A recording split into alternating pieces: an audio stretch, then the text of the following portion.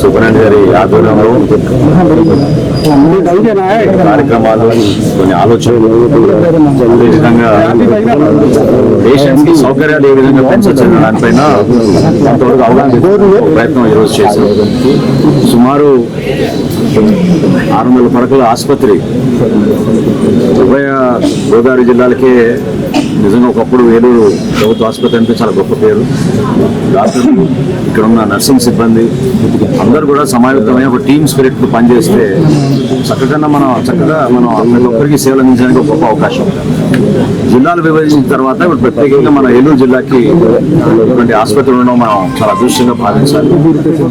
అయినా కానీ పేషెంట్స్ ఇతర ప్రాంతాల నుంచి కూడా, దూర ప్రాంతాల నుంచి కూడా వస్తాం.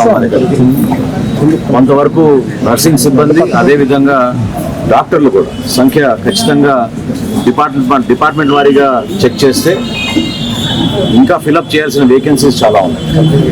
అది ఖచ్చితంగా ఇమీడియట్ కాకుండా మేము ఆరోగ్య సమస్యలపైన మేము ఒక సెషన్ ఏర్పాటు చేసుకుంటాం. గౌరవ శాసనసభ్యులతో, వీళ్ళందరితో, కలెక్టర్ గారి ఆధ్వర్యంలో ఇక్కడున్న ఈ వ్యవస్థని మరింత పటిష్టం చేయడమే కాకుండా పేషెంట్ల పక్షాన ఆలోచించమని డాక్టర్ గారు కోరారు. ఎందుకంటే ఎవరైనా పాపం పేషెంట్ అవుట్ పేషెంట్గా వస్తే 2-3 చోట్ల వాళ్ళు తిరగాల్సి వస్తుంది. కేర్ కూడా పెంచుకోవాలి. అవసరమైతే ఎంపీ గారి ద్వారా మనం కొంతమంది దాతల్ని తీసుకొచ్చి ఈ ప్రాంతానికి మనం అందించాల్సిన సహాయమే కాదు, అదొక బాధ్యతగా మనం అందరం కూడా తీసుకోవాలి.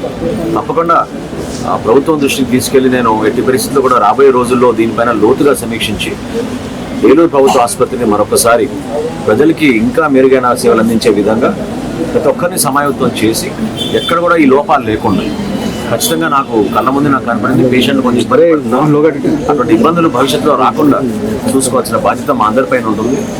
ఇక్కడ మనకి అన్ని విధాలుగా సేవలు అందించాలి మనం. అంతేగాని ఇక్కడి నుంచి మనం మీరు విజయవాడ తరలేదండి, హాస్పిటల్ తరలేదండి అనే విషయం రాకుండా ప్రాథమిక చికిత్సతో పాటు అవసరమైతే స్పెషాలిటీ చికిత్స కూడా మనకి ఇక్కడే జరిగే విధంగా ఒక ప్రణాళిక సిద్ధం చేసుకోవడానికి మీ అందరం కూడా సమయం.